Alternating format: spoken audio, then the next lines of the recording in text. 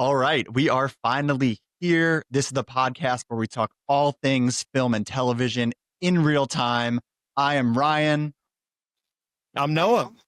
Ryan and I have been friends since middle school. Ryan, we've been talking about movies for a while. Sometimes we have hour-long conversations about movies, about TV. So we decided to come together and talk to all of you guys about what goes through our minds. We have different perspective on film, obviously. Ryan, I guess let everyone know what you do for a living. Yeah, so I actually work in the film industry. I guess the quick background to this is I've always loved film and television. Um, we both had a very um, special relationship with movies growing up, especially with our family members going opening nights to Star Wars and Marvel premieres. And me and Noah have always bonded over that. So I wanted to go and actually major in film in college. My parents urged me to study something else. So I studied architecture. And really early on in college, I realized the massive overlap between film and architecture because every single thing you see in a movie had to be designed by someone. So I ended up combining my curriculum, studying film and architecture, and I would be like writing a screenplay in one class and then designing the world for that screenplay in my architecture classes. And yes, now I work in the art department on films and television ever since I graduated college. So actually, you can see behind me a bunch of the projects I've worked on. I worked on Aguadilla, which is a movie we filmed in Puerto Rico. It's currently on the Independent Film Festival run. Then I worked on Dexter Origin of Sin. After that, I worked on Will Trent season 3. Then I worked on the John Madden biopic movie. Oops. The John Madden biopic movie with Nicolas Cage and Christian Bale, which was just a dream come true. And now I am back working on Will Trent for season 4. So yeah, I'm kind of going to come at this podcast from the perspective of someone who actually works in the industry. And then Noah's going to tell you a little bit about how he is approaching this. Ryan, I want to say, obviously we're friends, been friends since middle school. We already covered that, but it's been awesome. It's been awesome following you along and your journey, seeing all your LinkedIn updates, seeing your TikTok videos, just talking to you every single time I chat with you. I feel like you're telling me a new update. Obviously, when you told me about working on the Madden movie, that got me super giddy as a big sports guy. But yeah, so it's really awesome to start this pod with you, and I'm pretty pumped, man. I'm pretty pumped. Um, I'm coming at this from a Thank you, fan Noah. perspective. Thank you, Noah. Of course, man. I'm coming at this from a fan perspective. As you could tell by my hat, huge Star Wars guy. I'm a huge MCU guy. Those are two things that mean a lot to me. And as I've talked to you about in the past, Ryan, movie magic is real. There's a certain feeling you get, a certain adrenaline rush when you're in movie theaters opening night for a premiere, and it's pretty special what movies can do. And I am a sports broadcaster. That is what I do for a living. So I'm all about storytelling, whether it's through broadcasting, whether it's through interviewing, whether it's through writing. So I love telling stories, and I'm very interested in picking your brain as someone who is behind the scenes a lot on films. And potentially bringing in guest speakers. I know we're planning on that in the future. So it's really cool being able to get behind the scenes through that storytelling perspective, because it's something that I definitely appreciate, being in the storytelling industry. Yeah, well, two things. I also want to commend you. Something that me and Noah talk about a lot is we are only about 2 years removed from college, and we both truly are following our passions. We both are contract-based work, which means we can be working for a movie or a TV show you're contract-based, right? Correct. Yeah. Or a sports team for a certain amount of months, and then who knows what's next. But it's part of what excites us both because it's kind of like the world's our oyster. So Noah, I commend you as well for everything you're doing in the baseball world, the hockey world. Are you going to commentate hockey again or not? We'll see. We'll see. That remains to be seen. We might have to cut this part out, but it remains Remains to be seen. It's okay. Anyway, so yes, super proud of you as always. And yeah, the guest speaker thing. I'm so glad you brought that up because I work with so many people that have worked on some of the biggest film and television projects that have come out in the past year. I'm in Atlanta, Georgia. It's really a big film hub here. So I know people that have worked on everything from Superman to Weapons to Peacemaker Season 2, all these amazing projects. So my hope is, yes, we can have some of these people, whether it's a graphic designer that worked on Weapons, who I'm friends with, come in and say, how come he decided to design that newspaper article with the children missing that way? So yeah, I'm super excited about that as well. And one more thing I want to bring up before we get into our main content here is, because this is our first episode, we're going to be doing a giveaway. We're going to be giving away a $50 AMC gift card. So if you're interested in getting that, please leave a comment down below, and subscribe. And we will reach out to someone and give them the gift card by probably next week, because we're going to try and do one podcast each week. So yeah, by the end of the week, we will announce the winner for that. Got to start off with some sort of bang. So yeah, Please subscribe to us, follow us. We don't want to be people will come. They will come, right? they will come. I mean, look at us, dude. Come on. They have to. I'm not going to take that because I need a haircut desperately. But yeah, yeah, we're both hats right now. Yeah. Should we just dive into it? I got Let's some do it. things to talk to you about, Noah. I like talking, as you know, so let's do it. Well, the first big thing I want to talk about is there is a bunch of movies releasing this weekend. All right. I don't know how many of these movies are on your radar, so I'm going to walk you through them, and I want you to give me whether you're buying it or you're selling it. If you want this movie, you want to see it, or you don't want to see it. All right. So we're going to start with this one. And I can tell you right off the bat, you might hear through my enthusiasm, I'm super excited about this one. And I really want to see Springsteen Deliver Me from Nowhere. Right. So this is the brand new Bruce Springsteen music biopic starring Jeremy Allen White. It's directed by Scott Cooper, and it opens. Actually, all these movies open tonight in theaters. So where's your excitement level for the Bruce Springsteen biopic? I'm buying it. I'm not an expert on Springsteen by any means. However, his Super Bowl halftime show is pretty elite.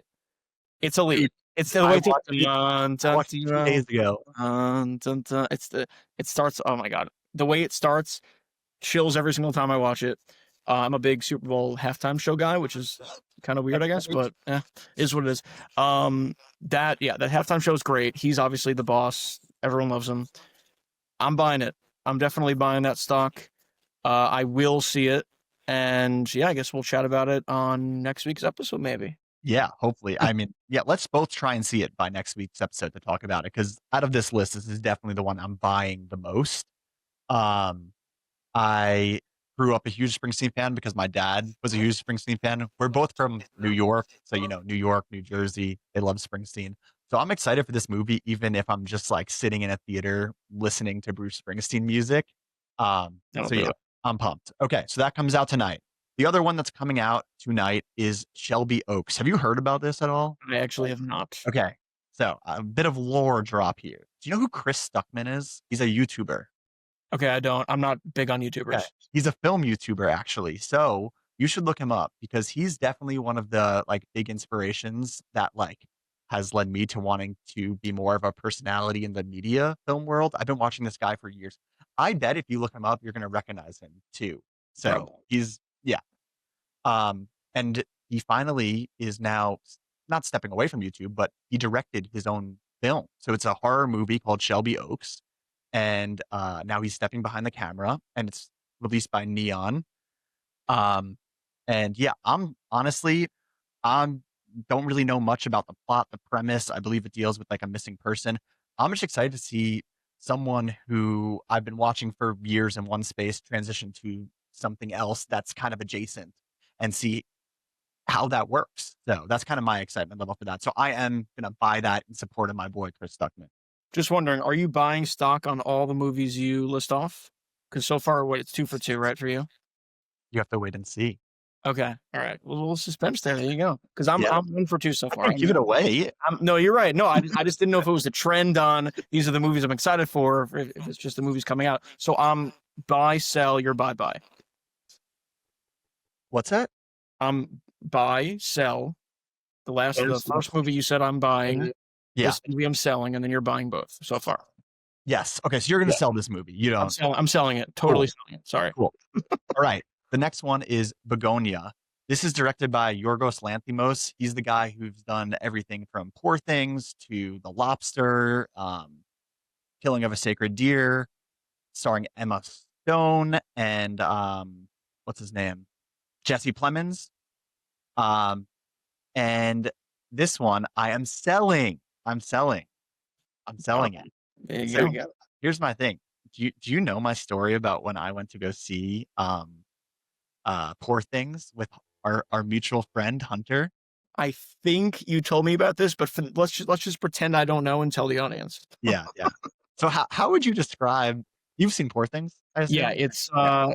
How would it's you describe not Poor Things, how would you describe our friend Hunter? our friend Hunter. Love Hunter. Love He's him. The he best guy ever. he's a big movie guy also. Yeah. I don't know. I I don't want to dunk on the guy. He's a nice guy. He's innocent. Innocent is how I It, would describe him. Innocent. yeah, yeah, yeah. Very. Yeah. He's the best guy ever. But Yeah.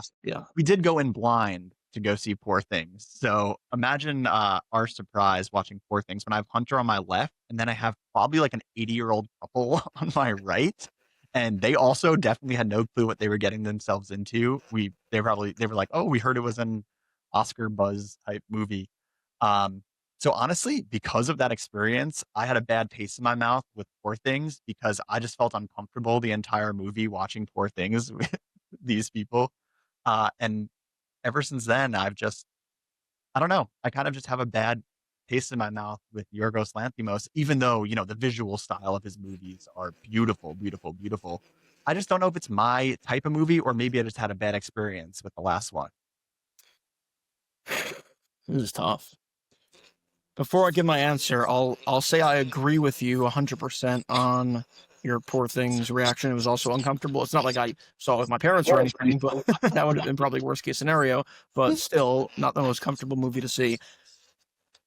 I'm conflicted because I really like Emma Stone, and I don't mean I think she's super attractive, and I just straight up think she's a phenomenal actress, and I enjoy her on screen.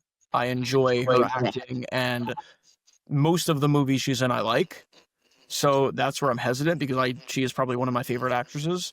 So I think I'm gonna say bye. Screw it. I'll say bye because Emma Stone, because Jesse Plemons is a great, phenomenal actor also. And Yorgos does have a great artistic style, as you said. So I'll buy it. I'll buy it. And look, he's a great director. Don't get me wrong. I respect the guy. I just don't know if his movies are for me. And, Yeah, that's valid. That's and valid. but I'm gonna see it. I'm gonna see it. So I'm buying it. So yeah. okay. This final one I brought up for a specific reason. So this is this movie called Regretting You. I'm sure you have I don't know if you've heard of it, but it's like a rom-com movie based off a Colleen Hoover book. Do you know who Colleen Hoover is? I actually don't. She like writes a lot of like girly type books. So the reason I put this on here is because two reasons. First, I actually read the script for this movie. So yeah, pretty cool. So I'm not going to name names, but one of my contacts here in Atlanta, uh, I was potentially going to work on this movie, and he passed the script along to me probably about a year ago. I read the script of this movie, so that is the main reason that I put it on this list, just so I could flex that for some reason, Yeah, but no, also so man. because that makes me want to sell the movie because I really did not like the script. I, I thought it wasn't good. And then this was double confirmed because it has a 15% on Rotten Tomatoes. 15, you said? Yeah, 15. Um, All right. So you knew it. You should have spread the word as soon as you read the script. Like, guys, don't nobody see this movie. You should have sold it a year ago. well, that's yeah, yeah, maybe. Yeah, it's been sold. It's done been sold. The other point I want to bring up about this is the star of this movie is this guy, this kid, Mason Thames. There's actually a bunch of cool people in it. So Mason Thames, who he is in How to Train Your Dragon. He was in the new How to Train Your Dragon, and he's also in the movie Black Phone and Black Phone 2 that came out last weekend. Um, I mainly bring him up because I actually think, quote me here, you heard it here first. I think he's the future of the industry. Like this kid's young, he's like 18. I think he's super, super, super talented. And even though this probably isn't going to be the best movie, I'm t- You heard it here. He's gonna keep popping up and stuff. This kid is really, really good. So he's the next Timothy? Maybe. I don't know. It's possible. You know who he reminds me of? Like, remember that kid, Jacob Tremblay? You know who Yep. that is? Yep. Who's in like everything as a kid type thing. He kind of reminds me of him, but he kind of fell off. I think if Mason can kind of continue down this track of like pretty good movie, I guess this might not be that good, but yeah, we'll see. Well, I'm definitely selling this because you saw the script and yeah, and at 15, yeah, I'm selling it. I'm Yeah, selling it based on word of mouth. I'm trusting you and the yeah. critics. Um, so yeah, those are the movies this weekend. So we're each buying two, we're each selling two. Yep, So we each have two movies to watch that we want to see. correct. And then we'll tell the other one about the ones if we didn't see, if we don't see the other two, Yeah, if it's worth definitely. seeing. Yeah. But even though I sold, but how do you say it? Begonia, I still want to see it. So cool. To see Mason. Let's talk about something else. Let's talk about 2025. Right? We had a Coming to bunch an of end. what's that? Coming to an end, kind of. It is coming to an end. And with that, we've actually had all of our releases from DC Studios and Marvel Studios. Um, I want to hear your take. Who had the better year, DC or Marvel? Ooh, I had the better year. That's tough. So Marvel would have been Cap 4, Thunderbolts, Fantastic Four, Yes, sir. and DC is Superman, Peacemaker, and Penguin, I guess. Ooh, that was Penguin 25. Dang. Yeah, double check that. Double check that. Double check that. It could have When been did 24. Penguin? 24. Okay. 2024. Okay. I was gonna say it's 2024. I was gonna say that changes everything for me. If So Penguin, wait. So did I leave anything out? no, we're talking. I'm not gonna do like the animated shows, Creature Commandos, or like Friendly Neighborhood Spider-Man, which is this year. We're talking. On one hand, we got Peacemaker and Superman, and on the other hand, we have Those Captain three. America, Thunderbolts, Fantastic Four. Who had the better year? James Gunn himself had a pretty good year. Let's see. Making Oh, making that bank. I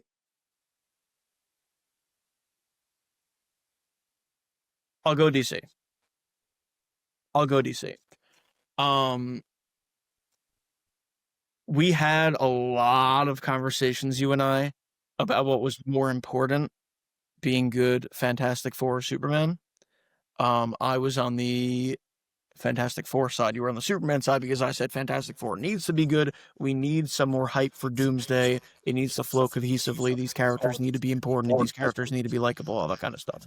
And then your point, which you obviously could elaborate on, is Superman is literally starting a DCU and it needs to be good, especially the Man of Steel is divisive, and we need to have our first good Superman movie since the 70s. We got our first good Superman movie since the 70s. We got our only good Fantastic Four movie. I like Thunderbolts, but I'm very happy with Superman. I'm maybe even happier with Peacemaker. And like Peacemaker season 2 makes the Suicide Squad a better movie. It Definitely. even helps Superman. I rewatched Superman after a few days ago, actually, after finishing Peacemaker season 2. So it it has those early, I don't know about early MCU vibes, but it has a vibe of, oh, okay, we actually have a direction, we know what we're doing, and we clearly have the right people in charge, as opposed to what happened with the DCEU, if we're being honest. So I think it was more of an impactful year, 2025 for DC. That's my opinion. Yeah, I think that makes perfect sense. My gut though tells me Marvel, and it might just be a personal bias of what movies of the year I liked more. When I compare at least Superman to Fantastic Four and Thunderbolts, I liked Fantastic Four and Thunderbolts both better than I liked Superman. Really?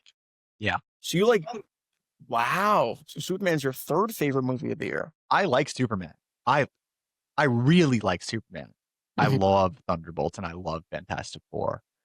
Um, there's just some things about Superman that maybe I structure wise, character wise, I wish we had more time with Superman in the movie. There's a few things that just bump it down a little bit for me that like, and this could also be because my expectations were so high, like so high, and then I heard everyone loved it, and I just don't know if it Yeah, met after the exactly what I trailer, how could wanted. it not be? So solely because I think two movies beat Superman for me, I choose Marvel. I think Marvel um, had a better year for me personally, but I totally understand how, from like a business perspective, maybe DC because they're starting fresh and they did have two hits. Peacemaker is great. The bottom of this list is Captain America. That is the bottom of this list. So it's close, man. That's so funny that we're on the opposite side of the spectrum now. That's crazy. You were talking about how important it was for Superman. I was talking about how important it was for Fantastic Four. We both liked both movies, and now I'm saying DC had the better year, and you're saying Marvel had the better year. Yeah. So literally, I was more excited for Superman. You were more excited for Fantastic Four. In the end, I ended up liking Fantastic Four more, and you ended up like Superman more. That's called expectations. That's Thank called you. when you have expectations, and you have a movie like Ant-Man Quantumania, which I hope we never talk about on this podcast. Then I What, storm what, out of what movie? Quantumania. What? Oh yeah, that didn't even happen, right? Yeah. Never heard of what? Is that even a word? Yeah, good. I'm glad that you could agree that it didn't happen. Aliens? Yeah, that's true. Yeah, apparently they were thinking about having a character named Kang, and that never happened. So Kang, like from the comics? Oh, yeah, the well, kind well, he couldn't work in an Ant-Man movie. yeah, And no, yeah, yeah, can't that would be Kang. insane. That'd be insane. Ant-Man's this little small, and then Kang the Conqueror. That's good Yeah, thing. Yeah, yeah, good thing that movie was never made. that would never work. That would never work. Um, that's a whole other thing. But yeah, no, I think it's from a business perspective for sure.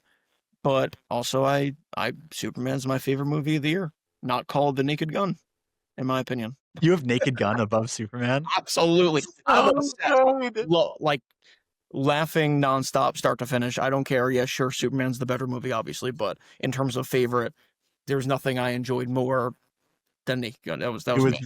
it was, dude. Liam Neeson So is good. so funny. He's so funny. I still am quoting things. I quoted something earlier today about it. It's so good.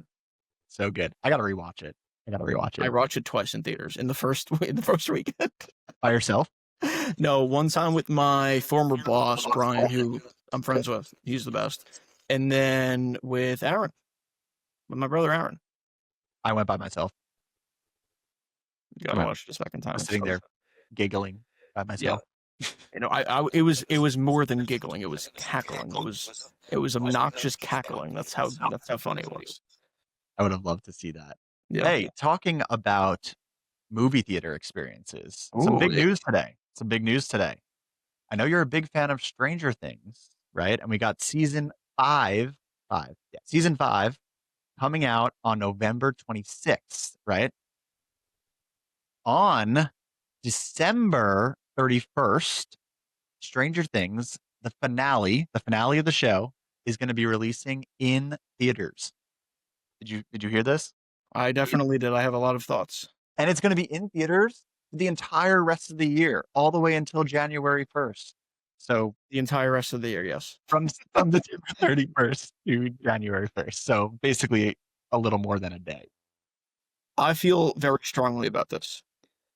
Very strongly. This is the best decision they possibly could have made. And I'll tell you why.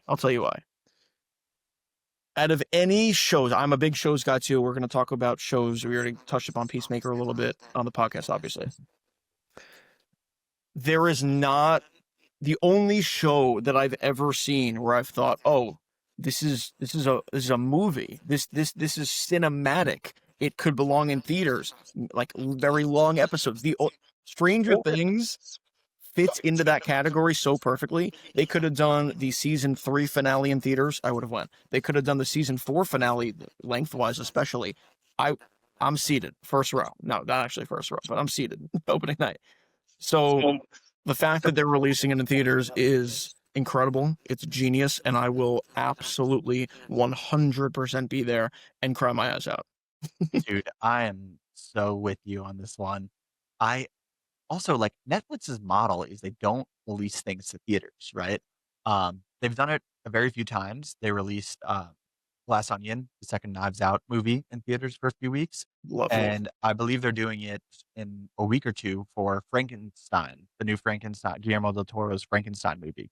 So honestly, hopefully this is just a sign that more of their films are going to get theatrical releases when they deserve it, or they're TV shows that deserve it for a cinematic event. This is a cinematic event. That's what this is.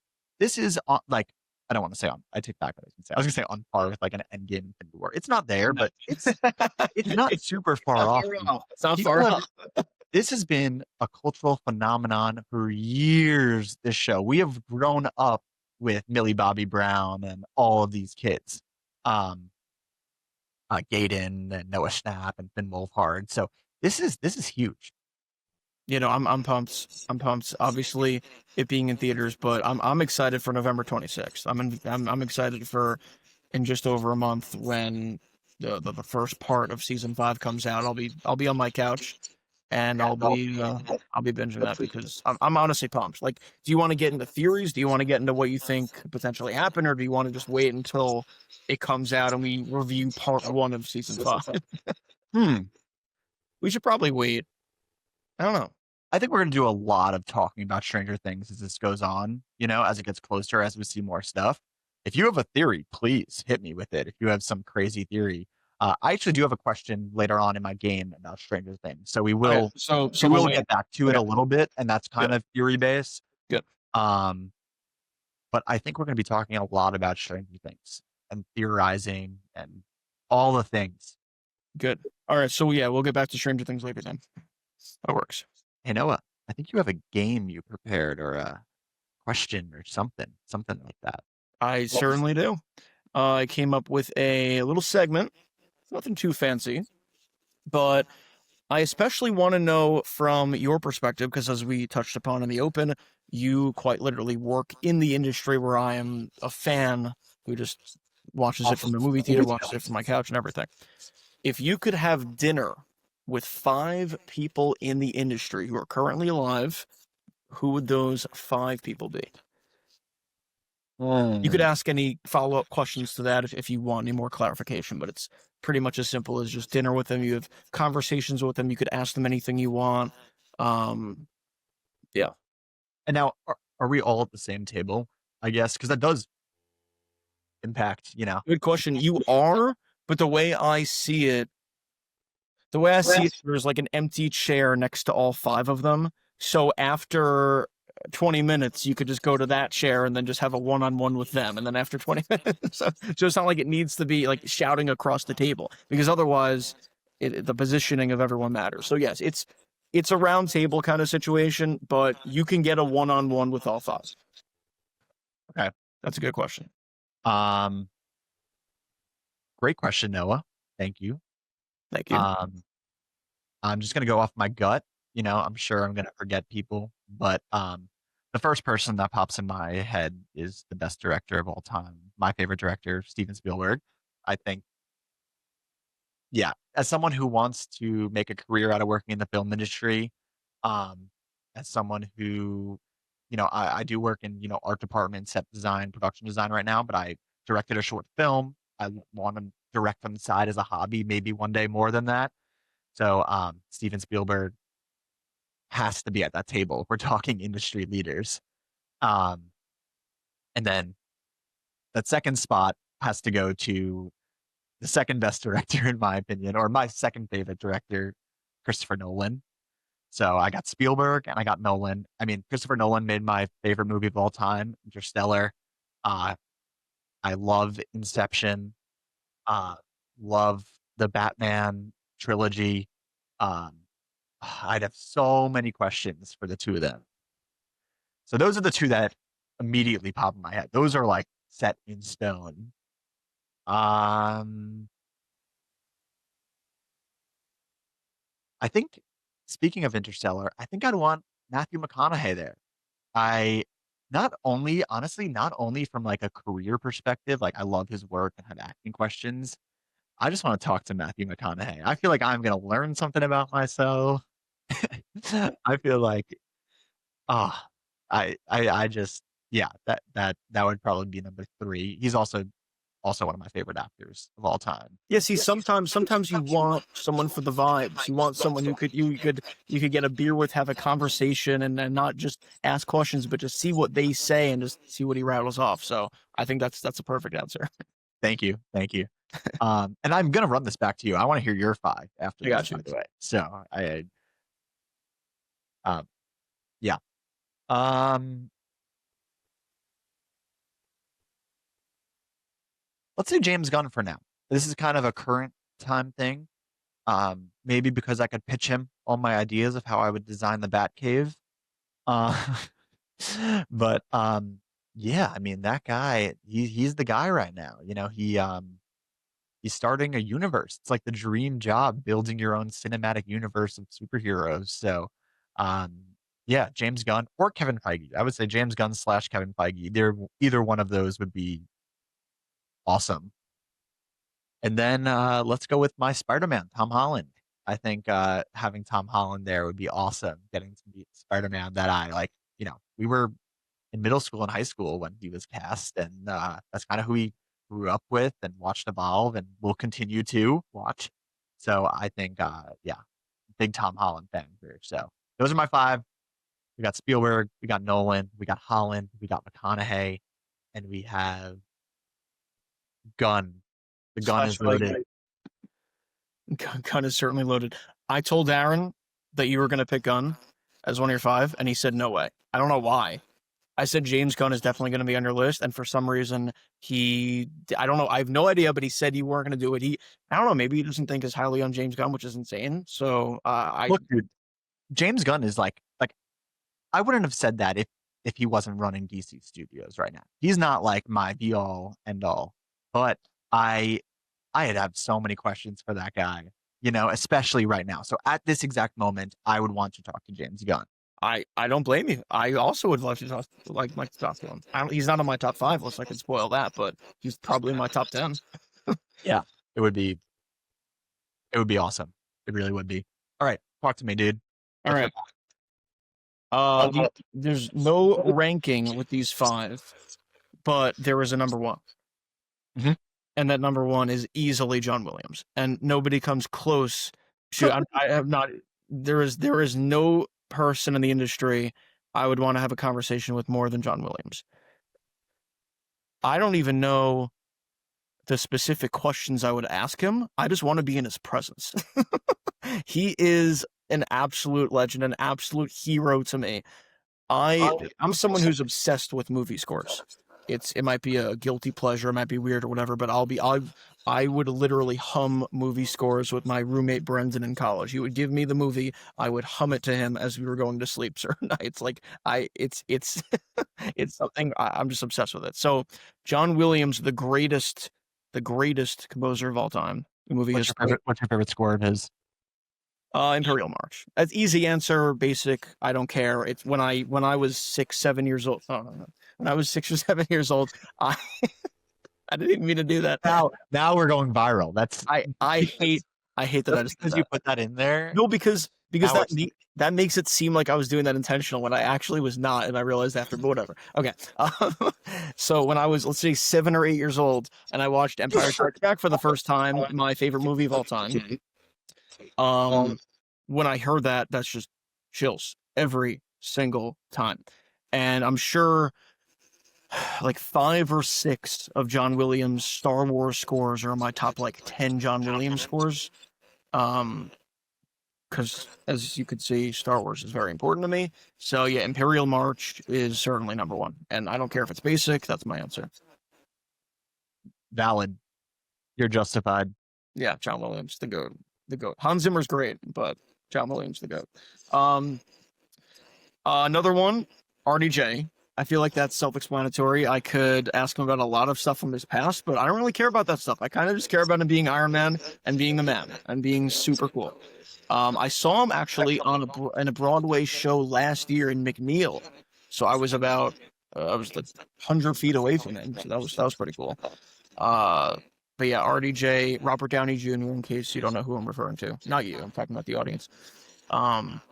Yeah, he is Iron Man, as he says a lot.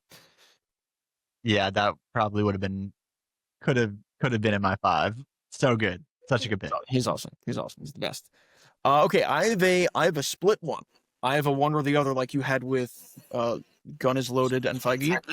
So I have either Sam L. Jackson or Mark Hamill. They're both similar in my eyes because I would have the time of my life talking with either of them. Obviously, they're both actors. They're both in Star Wars. Sam L. Jackson's in a lot more movies in general, just movies that I'm interested in, I guess, in general. So maybe I would lean Sam L. Jackson. But if you've watched any late night talk show and Mark Hamill's on, he is the best storyteller. He's a fantastic storyteller. So both of them super cool. Both of them will be amazing to talk to. And I would love to hear their stories. And they're so tied that I'm gonna do one or the other for that. Great picks. Yeah, you're hitting home runs. All right. Also, Mark Hamill just seems like the nicest guy. Yeah. Yes. I agree. Did you see the video where Samuel Jackson was talking about him doing the Mace Windu Emperor Palpatine speech with like a random fan who shouted across the street? No, I didn't. I am the Senate, and then they just went back and forth. Yeah, it was. He seems like the man. Okay.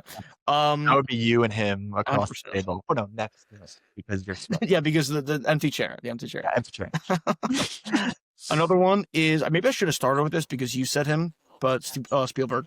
Steven Spielberg is on my list. That's a must. That's self-explanatory, and you already gave the explanation. So, a lot of the John Williams scores I love so much were Steven Spielberg collaborations. So that's another good talking point in that. And my last, but certainly not least, you might think this is interesting, Neil Patrick Harris. I'm obsessed with How I Met Your Mother. Obsessed. It might be. I think a couple of years ago I had it as like my 5th favorite show of all time. It honestly might have climbed to the #1 spot at this point. I can't help myself from rewatching it all the time. And Barney Stinson, I don't care how this sounds about me, but he's my favorite character in all of media. It's him and then Darth Vader. Like that's actually where my rankings are. It's Barney Stinson as 1, Darth Vader 2. So I need to meet him. He sang the national anthem at a Yankees game I was at, a playoff game in 2017. And that was amazing. I almost teared up. Like I'm obsessed with him. So yeah, that's an easy pick. We talk a lot about like Marvel and Star Wars and stuff, but I'm also a huge How I Met Your Mother fan as well. I do. Yeah, I am so funny. I just got a text from my old roommate Noah saying that he's going to see Springsteen tonight. Ask him if he's buying or selling after he sees it. Yeah, are you buying it, Noah, or selling? Other Noah. Like, anyway, what was I on about? Him. Yeah, that's a great pick. I also saw Neil Patrick Harris in the flesh once. He had a movie premiere or TV show premiere in New York, and I got free tickets to go. So, and he hosted the Oscars, and people gave him crap for that. That was that was great. I don't know why. He was great. He was spectacular. He's so cool. He's so good. And Barney is the best. Dude, that's a good table. Yeah, job well done. Do you have a game for us? Do you have a game as well? Yeah, I also have a little. Ooh. So I'm calling this game the Death Draft. Oh my God, that's so bright. Yeah.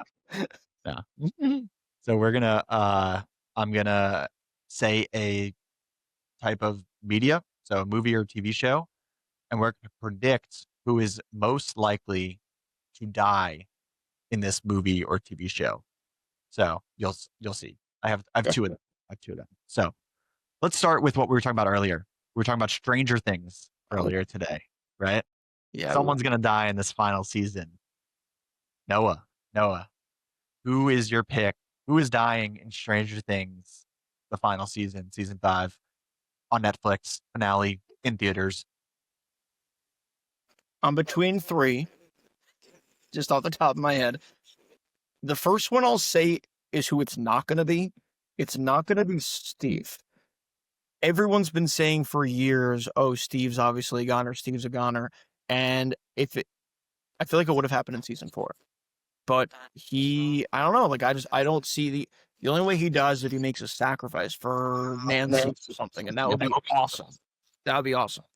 Or for Dustin? Or for Dustin. Or for Dustin. Fair point. That's one of the best friendships of all time. I don't see it happening. I don't know.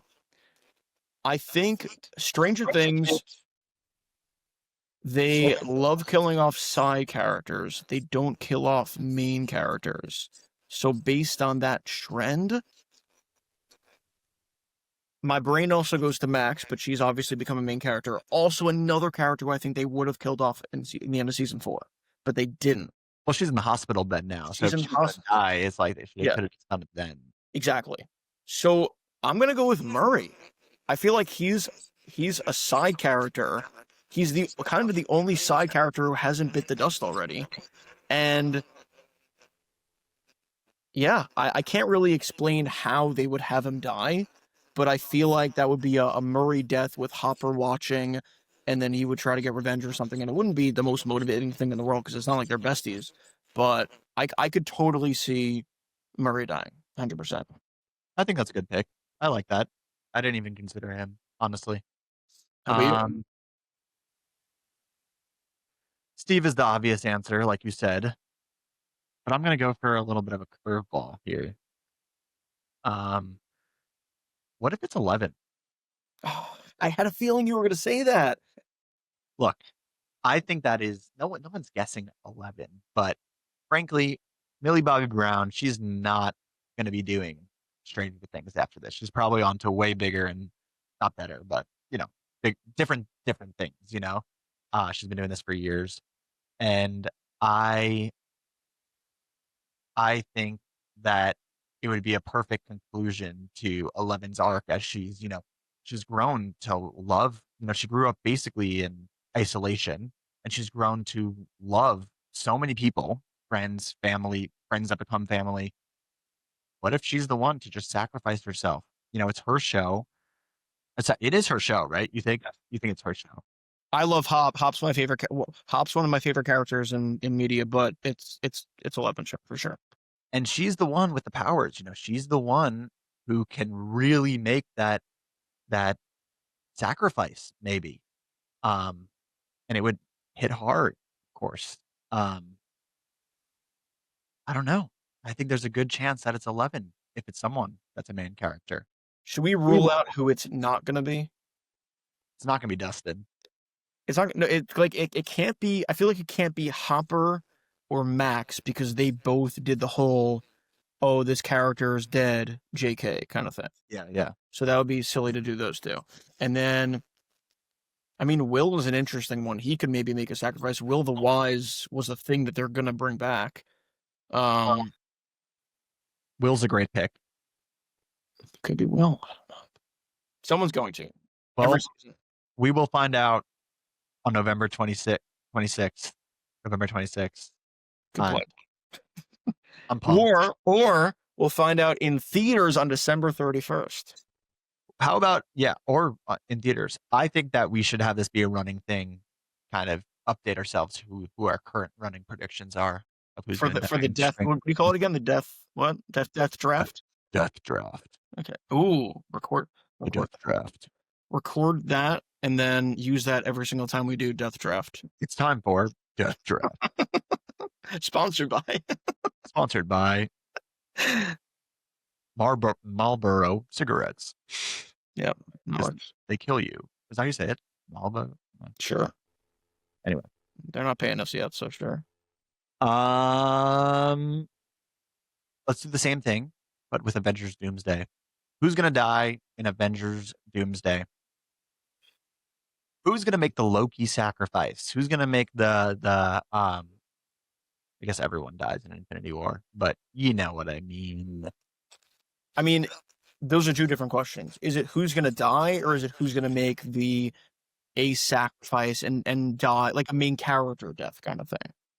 Who's the main character that's going to die? Okay, good, because I would have easily chosen the X-Men, and I would have been right about that. Yes, because we've talked about this. Our theory is, and I They're really hope this dying. doesn't happen. They're dying before the opening credits. They're dying before it even says Avengers Doomsday.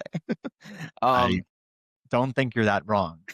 You want to like all the X-Men are announced in the chair thing that they're in, the old X-Men. So a big running theory that me and Noah have is just that Doom is going to start off the movie by just running through that mansion.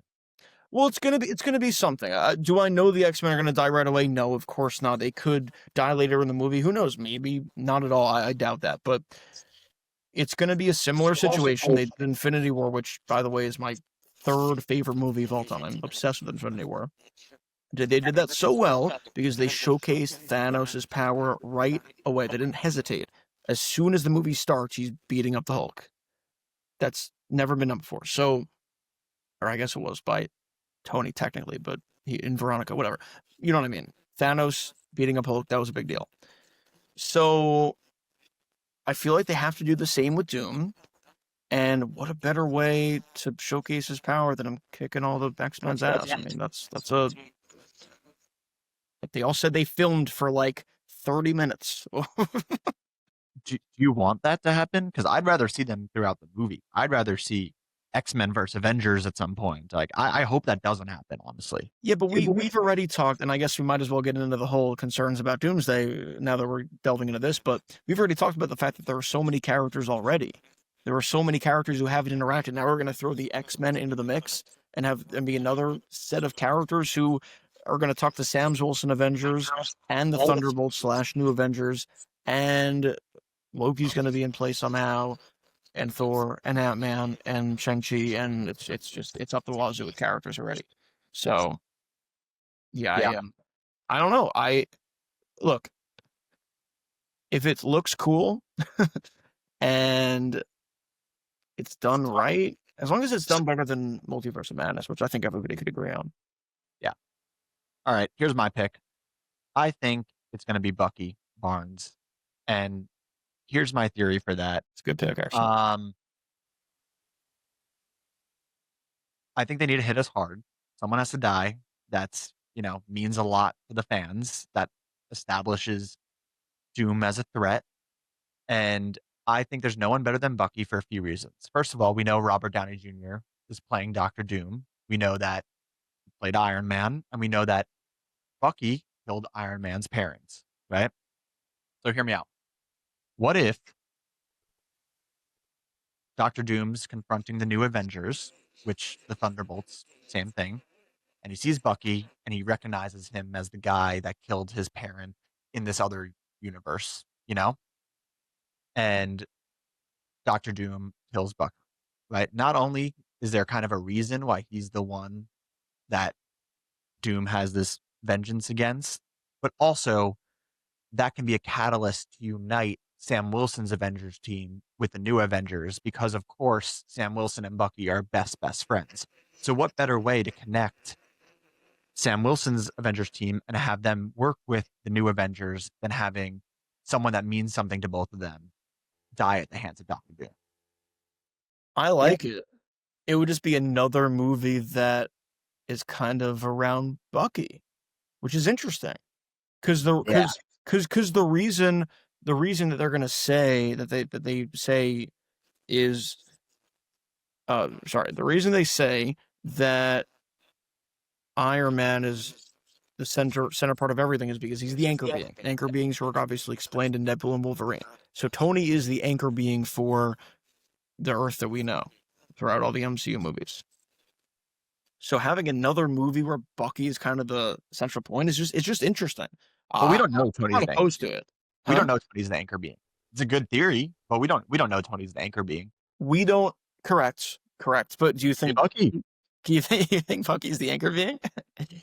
You said it. You said he. I don't actually think so, but you said he's the catalyst of Winter Soldier. He's He's our Civil first Avenger. He's the catalyst of Civil War. Yes. He's around. So I forgot if I told you my theory. It's not that complex, but I have a theory for getting around the RDJ thing. I think it's and let me know if you agree. I think it's a Tony variant. It's a Tony Stark variant, but his parents were killed at a much younger age when Tony was a baby. So he's adopted by the Von Dooms. So he becomes his name becomes Victor Von Doom. He has Stark blood. He has all the DNA of the Starks. That's why he obviously looks like Tony. The Starks. That's why a little GOT reference.